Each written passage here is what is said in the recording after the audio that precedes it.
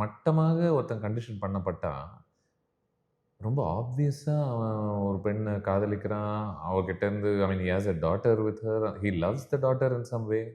அப்படி இருந்தும் உன்னால அவளுடைய கொலைய சாங்ஷன் பண்ணிட்டு, Yeah. எந்த ரிக்ரெட்டுமே இல்லாம வேற ஒரு கோல நோக்கி நீ அப்பா இந்த ஜென்டில்மன்ஸ் குரூப்ல எனக்கு ஒரு சீட்டு கிடைச்சா போதும்டா. இதுதான்டா பெருமை. இதுதான் ஆனர்ன்னு நீ நினைக்கிற அளவுக்கு அத தூக்கி அந்த பெருமைய தூக்கி அத அங்க விதைச்சு வச்சிருக்கோம் மண்டையில. இல்லையா? கண்டிப்பா. இதுதான் இருக்கிறதுலயே உயர்வான ஒரு ஒரு பெருமை. Yeah.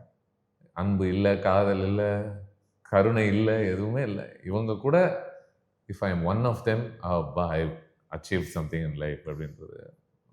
அண்ட் அவர் ஒரு அவ்வளோ பெரிய ஒரு ஆக்டர் வந்து அந்த ஃபர்ஸ்ட் டைம் அவங்கள அந்த அந்த கிளப் அந்த ப்ரைவேட் சொசைட்டியை மீட் பண்ணிட்டு அவர் வெளியே நடந்து வர்றதை வந்து காமிப்பாங்க. அவர் நடந்து அந்த கீழே வந்து அந்த வெட்டிங் ரிசப்ஷன் ஏதோ நடந்துட்டு இருக்கும். அவர் அந்த படியில் நடந்து வருவார். நடந்து வந்து அதில் வந்து அவரோட ஃபேஸை தான் ஃபோக்கஸ் பண்ணியிருப்பாங்க. அவர் கண்ணு கலங்கியிருக்கும். ஸோ இது வந்து இந்த இதை அவங்க கன்சிடர் பண்ணுறாங்க தன்னை ஒரு லைஃபோட ஒரு மிகப்பெரிய என்னமோ அந்த அவார்டு வேற வாங்குவார் ஆக்சுவலாக அந்த ஃப்ரெண்ட்ஸ் 75. அப்போ கூட அவர் அவ்வளோ ரியாக்ட் பண்ணியிருக்க மாட்டார்.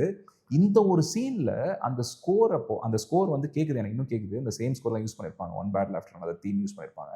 அவர் நடந்து வரும்போது இதுக்கப்புறம் அவர் பண்ண போகிற எல்லா டிசிஷனையும் அந்த ஒரு ஷாட் வந்து என்னை கன்வின்ஸ் பண்ணுது.